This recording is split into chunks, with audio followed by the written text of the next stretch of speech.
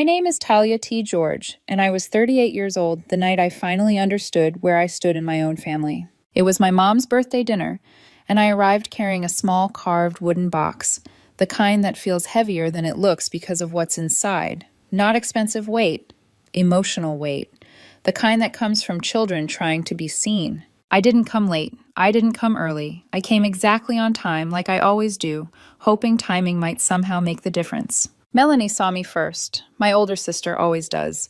Her eyes flicked to the box in my hands, then rolled so casually it almost looked practiced.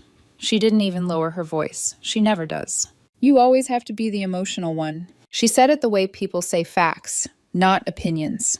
Like it was already agreed upon by everyone at the table. My mother didn't smile. She didn't ask what the box was. She barely looked at it at all. Her gaze moved from my face to the empty chair at the far end of the table, the one closest to the kitchen door. Set it down and sit over there. That was it. No curiosity, no warmth, no acknowledgement that her grandchildren had spent hours making something just for her. I nodded. I always nod. I set the box down gently in front of her, careful not to slide it too close, careful not to make it look like I expected anything in return. Then I left. Not dramatically. I didn't announce it. I didn't wait to see if anyone would stop me. I just turned, walked past the bar, past the bathrooms, past the hostess stand, and out into the cold night air. Not one person called after me. I drove for 20 minutes before pulling into a gas station parking lot. I sat there with the engine off, staring through the windshield as a couple argued over a scratched lottery ticket near the pumps. I wasn't crying. I wasn't angry. I was tired. Tired of thinking maybe this time would be different. Then my phone buzzed. Daniel, my brother. Why did her card get declined at dinner? I didn't answer. Another message followed. Hey, are you okay? Then, where did you go? The tone wasn't concern. It was irritation, like I'd disrupted the evening by existing wrong. An hour later, pounding on my door pulled me out of that fog. When I opened it, my father stood there holding the box like it was something defective he was returning. His jaw was tight. His eyes were already decided. You think this is funny, he said. You gave her a fake card. She tried to pay, and it got declined in front of everyone. I reached for the box without speaking. Inside were Evan's letter and Nora's drawing. The card was gone. I activated it yesterday, I said. $800, full balance. He didn't ask another question. He turned and walked away like he'd been waiting for permission to believe the worst about me. That was the moment. Standing there in my doorway, holding a box half emptied of the only thing they cared about. Not the restaurant, not Melanie's comment, not even my mother's indifference. It was realizing the love my kids poured into that box never even had a chance. The next morning, I called the number on the back of the card. The balance was confirmed. Activated, untouched, no attempts, not at dinner, not anywhere. They hadn't tried to use it. The lie was easier than the truth. I didn't tell Evan or Nora what happened. Evan kept asking if Grandma liked the part where he called her the cobbler queen. Nora wanted to draw another picture, this time with a cat. I told them we'd talk to Grandma soon, knowing we wouldn't. That afternoon, Daniel texted about the cafe project. They wanted my money, again. I stared at the message, then at the box on the table, and for the first time, I didn't respond. By the time the sun came up, the story had already been written without me. Not the truth, not what happened, but the version they could all share at brunch and nod along to, the version where I was the problem and they were the victims of my little hiccup. I sat at my kitchen table with the gift box in front of me, like evidence. Evan and Nora were still asleep, the house quiet in that fragile way it only gets when you have kids, and you're trying not to wake them with your thoughts. I called the number on the back of the Visa card. I listened to the automated voice. Then I asked to speak to someone because I didn't trust anything anymore, not even a machine. A man named Joel came on the line and confirmed it. Activated. No holds, no flags. I asked him to check attempted transactions. He paused, tapped, then said it cleanly, like a fact that didn't know it was cruel. No, ma'am, no attempts. Not at dinner, not anywhere. I hung up and just stared at the box. The card had never been declined. It had never even been handed to a waiter, which meant the whole scene my father described, the public embarrassment, the fake sympathy, the little moment where everyone looked at me like I was pathetic, none of it happened. They didn't try the card because the card wasn't the point. The point was turning my effort into something shameful. It didn't matter what I brought. It didn't matter what my kids made. They just needed a reason to make me small. I pulled out Evan's letter. He'd rewritten the last line 5 times. You could see the pressure marks in the paper from where he pressed too hard, trying to make it perfect. I love you, even if I don't see you much. That was how he chose to end it, like an 11-year-old, trying to be brave about rejection he still didn't understand. Nora's drawing was there too, her little stick figure garden, her and Grandma planting daffodils with ridiculous smiles and huge eyes. They were so proud. I was proud of them. And my mother didn't even open it at the table. She didn't glance at it later. She didn't call the next day to tell them thank you. She didn't mention it at all because to mention it would mean acknowledging they exist in her heart as something other than an inconvenience attached to me. Evan woke up first and came in rubbing his eyes, hair sticking up, asking the question I had been dreading. Did Grandma like it? Nora followed behind him, still in pajama pants with little stars on them, already holding a marker like she was prepared to fix whatever needed fixing. I can draw another one, she said, this time with a cat. I swallowed and kept my voice gentle. I told them we'd talk to Grandma soon. I told them she probably loved it. I told them what good moms tell their kids when the truth is too sharp for a child's mouth. Then I watched them eat cereal and laugh at something small, and I felt something inside me go quiet and heavy at the same time. That afternoon, my phone buzzed again. Daniel. Business tone. No apology, no question about why I left. Just momentum, like the previous night was a minor glitch in the schedule. We're going ahead with a cafe launch in October. Dad said you're still in for the capital. The cafe. The family dream they'd been dangling for years like a carrot tied to guilt. A cozy little spot downtown, supposedly inspired by my mom's dream of owning a bakery. Though I couldn't remember the last time she baked anything that didn't come from a box. They wanted me as the main investor. I'd done well the last few years and they knew it. I was the safe bet. Quiet, low maintenance, the one who wouldn't demand credit. They'd get the money, the business, and the photo ops, and I hadn't even wired $1 yet. I was supposed to finalize paperwork next week. I stared at the message and didn't answer. Later that night, a group chat popped up like nothing had happened, like my absence was a missing utensil that didn't matter once dinner was over. Melanie sent it, of course. Thanks everyone for a lovely dinner. Special thanks to Dad for picking up the tab after the little hiccup. Daniel laughed at it. My mom dropped a heart emoji. My dad didn't react at all, because he never needed to. The message itself was the point. A public rewrite, a neat little bow, a way to label me without saying my name. I sat there holding my phone while the box sat open on the table. Nora's drawing was still slightly wrinkled from where it had been shoved around. Evan's letter looked too careful, too earnest, too pure to be sitting in the middle of my kitchen like it was unpaid rent. I stared at Melanie's smiley face for a long time. Then I typed a message to Daniel. Change of plans. I'm pulling out of the cafe project. Something came up. His reply came instantly. What do you mean? You said you were all in. I didn't answer. He called. I watched the screen light up and go dark. Then it lit up again. Then Melanie. Then my mom. None of them left a voicemail. No one asked if I was okay. They just wanted me back on the hook before I had time to think. The text that followed swung fast from confused to passive-aggressive to angry, like a storm moving in. Daniel. You're blowing this up for what? A dinner misunderstanding. Melanie. We can't keep accommodating your emotional episodes. Accommodating. That word sat in my stomach like a stone because it told me what I had always suspected. They saw my presence as something they tolerated, not something they cherished. And they definitely didn't see my kids as theirs. Not really. Not like Melanie's boys, who got sleepovers and birthday parties and fridge photos and that warm, casual love you only give when you don't have to try. I turned my phone face down and kept it that way. And for a few minutes, the silence almost felt like relief. Then it hit me, sharp and cold. They were only calling now because money was involved. Not because I left. Not because my mother dismissed me. Not because my father accused me with no proof. Not because Evan and Nora's gifts were treated like clutter. Money was the only thing that made my existence urgent. And that's when something shifted. Not in them, in me. The next morning, the tone changed again, like they'd all met without me and agreed on a new strategy. Daniel called early, voice calm and upbeat, like we were just catching up over coffee. He didn't mention the card, didn't mention the accusation, didn't mention my leaving. He went straight to selling me the dream. Talia, I was thinking more about the cafe. We really want your input. It should be a full family thing, not just a money thing. Your ideas, your vibe, even the kids, they could have a little corner or something. Make it a real legacy.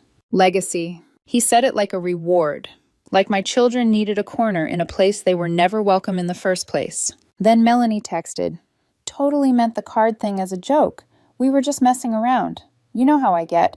But seriously, I'd love to use Nora's garden drawing for a mural wall. So cute." I stared at her message until the words started to blur.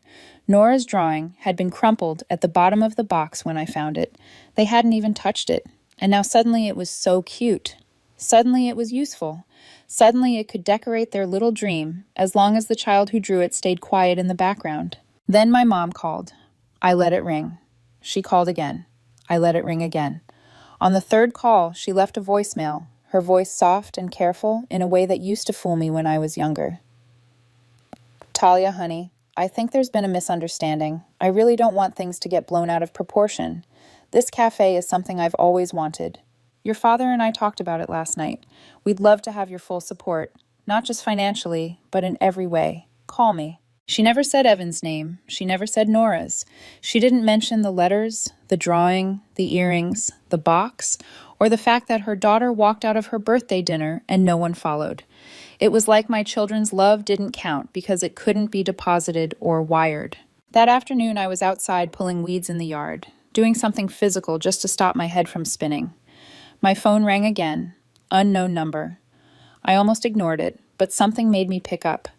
A familiar voice said my name like she was stepping into a room she hadn't entered in years. "Talia, it's Linda." It took me a second to place her. My mom's longtime friend. The one who used to sneak me a second slice of pie when my mom wasn't looking. The one who actually noticed when I sat alone at gatherings. We hadn't talked in years. She didn't waste time. "I just wanted to tell you something you probably already suspect," she said. "They were at brunch yesterday. I was at the table. Your name came up." She hesitated, and I could hear the discomfort in her breath, like she hated being the messenger, but couldn't live with staying quiet. "Melanie said you hadn't sent the money yet, and she said, we just need to keep her sweet until it clears." Then they all started talking about how to make you feel included just long enough. It wasn't subtle, Talia. It was awful. I didn't say much because I didn't have to.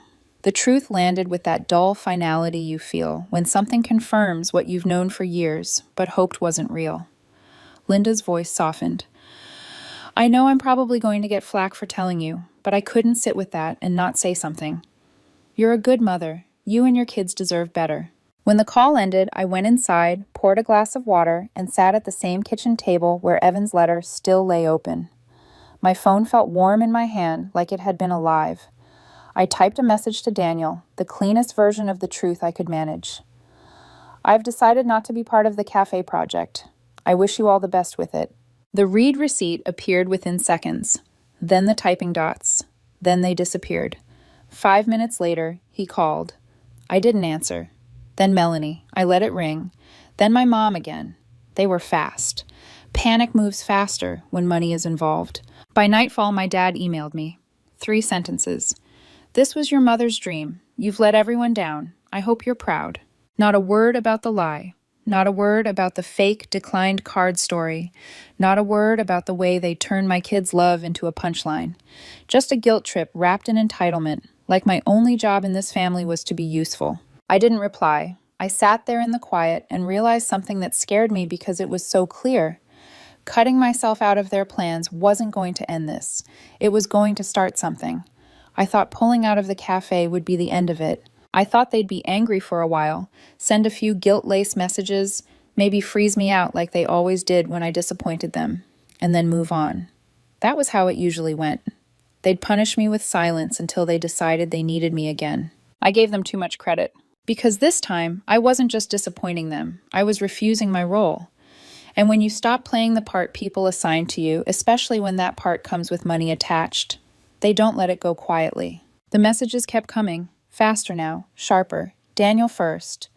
"This isn't just about you, Talia. You're hurting everyone." Then Melanie. You really need to think about how this affects the kids. Is this the example you want to set? Then my dad, short and blunt like a command. Fix this by Sunday, family meeting. Be there. No one asked if I was okay. No one asked how Evan and Nora were handling any of this. To them, this wasn't about what they'd done. It was about control slipping through their fingers. I ignored the messages. I didn't block them. I just didn't respond. Silence felt like the only boundary they couldn't argue with. What I didn't expect was how quickly they'd move from pressure to punishment. It started small, almost subtle enough to miss. A notification from my bank popped up while I was making lunch. Your business account has been temporarily restricted due to a review. I stared at it, confused, then called immediately. After a long hold and a transfer, a calm voice explained there had been a clerical flag, a question about ownership documentation tied to my LLC. Nothing dramatic, she said. Just a temporary hold until it was cleared up. My stomach dropped. I called my lawyer right after. She dug into it and found the problem fast. Someone had submitted paperwork questioning the legitimacy of my business ownership. Old paperwork. The kind that shouldn't still matter unless someone knew exactly where to look. Daniel's name was still attached to a secondary document from years ago, back when I helped him with a failed property flip. He'd been briefly listed as an associated party.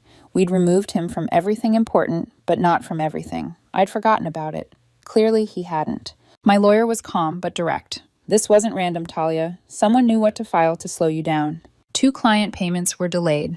I had to make calls, apologize, reshuffle funds. It wasn't catastrophic, but it was personal. It was meant to be. A reminder that they could still reach into my life if they wanted to. That night, Linda called again. I hadn't even said hello before she sighed. I didn't want to get involved anymore, she said. But you should know this. She hesitated, then continued. Melanie's been bragging. She told someone at brunch that if you weren't going to play nice, they'd make it harder for you to breathe financially until you came crawling back. I didn't feel angry when she said it. I didn't feel shocked either. I felt calm in a way that surprised me, like something had finally clicked into place. This wasn't emotional anymore. This was strategy, and it told me exactly who they were willing to be when they didn't get their way. Sunday came, the day of the so-called family meeting. I didn't go. Instead, I sent one message directly to my parents. No drama, no explanation, just truth. I'm not coming. I know what's been said. I know what's been done. I won't play along anymore. You can have your business, your plans, your brunches. From now on, you do it without me and without my kids. We're out. The message showed delivered, not read. Hours passed. Then my mom called. I let it ring. She called again. On the 3rd call, I answered. She didn't say hello. She didn't ask how I was. Her voice was tight, controlled, already angry. If you're choosing this path, then you and your children are no longer part of this family. You walked away. We didn't push you. I said one word. Okay. There was a pause, like she hadn't expected that. Then she added something else, something sharp enough that it took a second to register. We'll be revising things legally. From now on, we recognize only Melanie's children. They are our grandchildren. I didn't argue, I didn't beg, I hung up. I walked into the living room where Evan and Nora were sitting on the floor playing a board game. They looked up at me at the same time, smiling, and I felt my chest tighten because I knew something had just changed forever. I sat down with them, pulled them close. Nora noticed first. She always did. Her face crumpled and she started crying without even knowing why. Evan tried to hold it together, but he couldn't. He leaned into me, shaking, his little hands gripping my shirt like he was afraid I'd disappear. I didn't have answers. I just held them and made a promise to myself, right there on the floor, with their tears soaking into my shoulder. Whatever happened next, I would not let them keep hurting my kids. I thought that would be the end. I thought once they'd said the words out loud, once they'd cut us off, they'd move on. I forgot something important. People who only value you when you're useful never actually let you go. They just look for another way to pull the strings. After that call, I expected silence. I expected the kind of cold, permanent quiet that follows ultimatums, the one where everyone pretends the door was always closed and never mentions the people left on the other side. I told myself that was fine. Silence I could handle. Silence was honest. What I didn't expect was retaliation. It didn't come all at once. It crept in through official-looking emails and neutral-tone notifications, the kind designed to feel accidental. Another alert from my bank arrived 2 days later. Another hold. Another review. My lawyer confirmed what we both already knew. More paperwork had been submitted. More questions raised. Not enough to destroy anything outright, just enough to make everything harder. Delays, stress, disruption. Someone wanted me uncomfortable. I moved money around, reassured clients, worked late into the night after Evan and Nora were asleep. I kept my voice steady during calls, but inside something was hardening. This wasn't about a cafe anymore. It wasn't about misunderstanding or hurt feelings. This was punishment for disobedience. Then the messages started again. Different tone this time. Shorter, more forceful. Daniel. You can't just disappear like this. Melanie. This is getting ugly, and it doesn't have to. My dad. You're making a serious mistake. Then the final one. Fix this by Sunday. Family meeting. Be there. I didn't respond. Sunday came and went like any other day. I made pancakes. Evan helped flip them, proud every time one didn't land on the floor. Nora drew at the table, her feet swinging, humming to herself. We went to the park. We laughed. And for a few hours, it almost felt normal. That night, my mom called again. I didn't answer. She left a voicemail this time, her voice colder than I'd ever heard it. If you don't come to this meeting, you're making a choice, and choices have consequences. The next morning, the consequences arrived. An email from my father. Subject line, family boundaries. Inside were 3 clipped paragraphs explaining that, moving forward, certain relationships would be formally redefined. Assets, future plans, and family involvement would reflect those changes. It was written like a policy update. No emotion, no mention of Evan or Nora, just a clean declaration that we were no longer included. I read it twice. Then I closed my laptop and sat very still. That afternoon, my lawyer called. We need to lock this down, she said. If they're willing to do this much, they're willing to do more.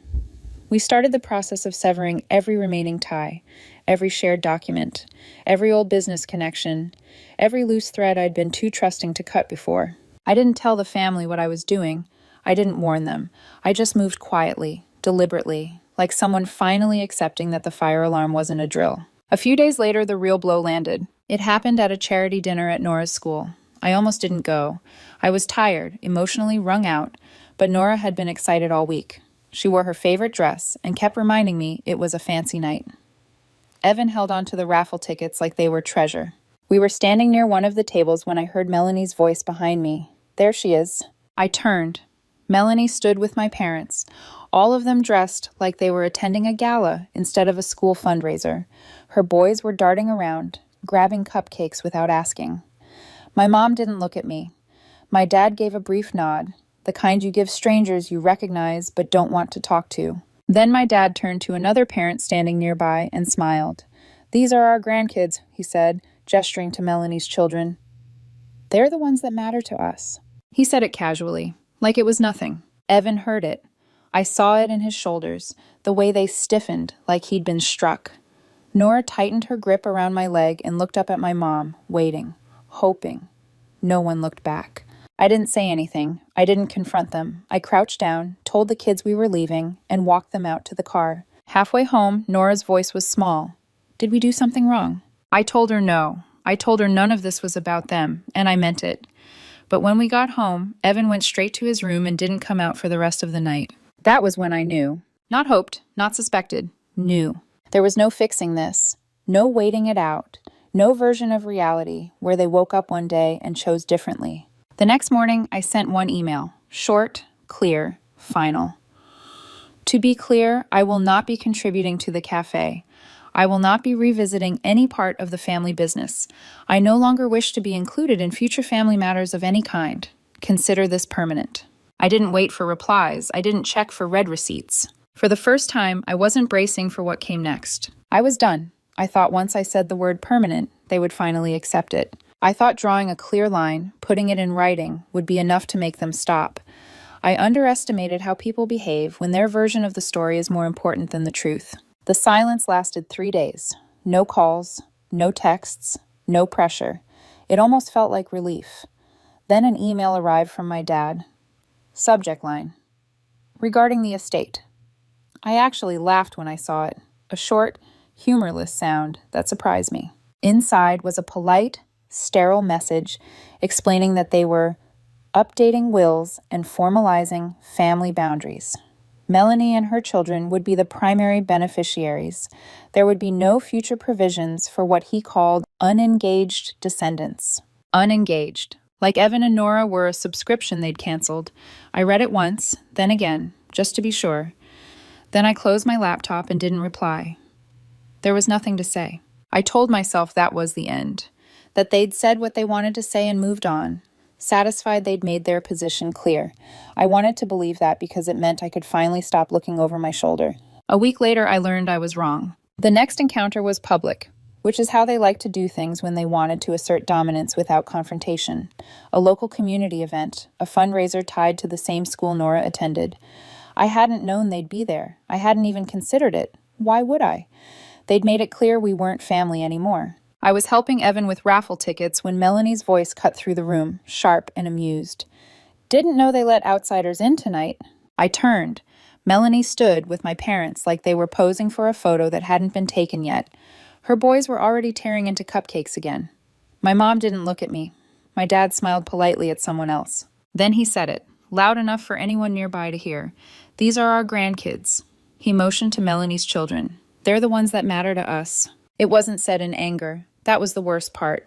It was said like a fact. Evan froze beside me. I felt it before I saw it, the way his body went still. Nora wrapped both arms around my leg and stared up at my mother, her eyes searching for something that never came. I didn't confront them. I didn't correct him. I didn't give them the scene they might have wanted. I knelt, told the kids we were leaving, and walked them out into the night. On the drive home, Nora whispered, "Did we do something wrong?" I told her no. I told her again and again until she stopped asking. But when we got home, Evan went to his room and shut the door. He didn't say a word the rest of the night. That was the moment I stopped hoping. Not for me, for my kids. Hope was no longer harmless. Hope was exposing them to pain I had a responsibility to prevent. The next morning, I sent one final message. No emotion. No explanation. I will not be contributing to the cafe. I will not be involved in any family business or future family matters. Consider this final. I didn't wait. I didn't negotiate. I didn't check responses. I was done explaining myself to people who only listened when money was involved. Weeks passed. Life quieted. Evan and Nora slowly stopped asking about their grandparents. Their drawings changed. Fewer people, more space. Sometimes it was just the three of us and a big sun in the corner. Then, one afternoon, an envelope arrived in the mail. No return address. Handwritten. I opened it expecting bitterness or another attempt at guilt. Inside was a photo. My parents. Melanie. Her children. Sitting in front of a storefront with a coming soon sign. The Garden Cafe. On the back, my mother's handwriting. Sometimes you have to build your dream without the ones who walk away. They didn't have the money. I knew that. I'd seen the numbers. I'd helped build the projections. It wasn't possible unless they found someone else. I made a few quiet calls. Nothing formal, just conversations. One contractor, Greg, called me back. "They're scrambling," he said. "Melanie told me someone from out of town is backing them. Silent partner. But they want it open in 6 weeks. No permits, no zoning. It's all talk." Then Linda called again. "They're telling people you're still involved," she said. "That you're just taking a break but coming back for the opening. They're using your name." That was the moment I understood. They hadn't accepted my exit. They were just buying time, spinning a version of the story where I still belonged to them. So I ended it properly. I contacted a lawyer and removed my name from every remaining legal and business connection, every document, every database. Then I did something else. I agreed to a small interview with the local paper about entrepreneurship and walking away from toxic partnerships. I didn't name names. I didn't mention the cafe, but the message was clear to anyone who knew. A week later, the article ran. I never heard from them again. I didn't expect anything to happen after the article ran. I didn't do it for revenge. I didn't do it to expose anyone. I did it because I needed my name to stand on its own, clean and separate. No longer floating in conversations that used it as leverage. I thought maybe they'd be angry. Maybe they'd lash out one last time. They did neither. Weeks passed without a word. The silence felt different this time. Not tense, not waiting. just empty, like a room after everyone's moved out. Evan and Nora adjusted faster than I expected. Kids always do when adults stop dragging them through uncertainty. They stopped asking when we were going to Grandma's. They stopped checking the driveway when a car slowed down outside. Their world got smaller, but safer. 3 months later, Linda texted me 2 words. It's over. I didn't ask what she meant. I already knew.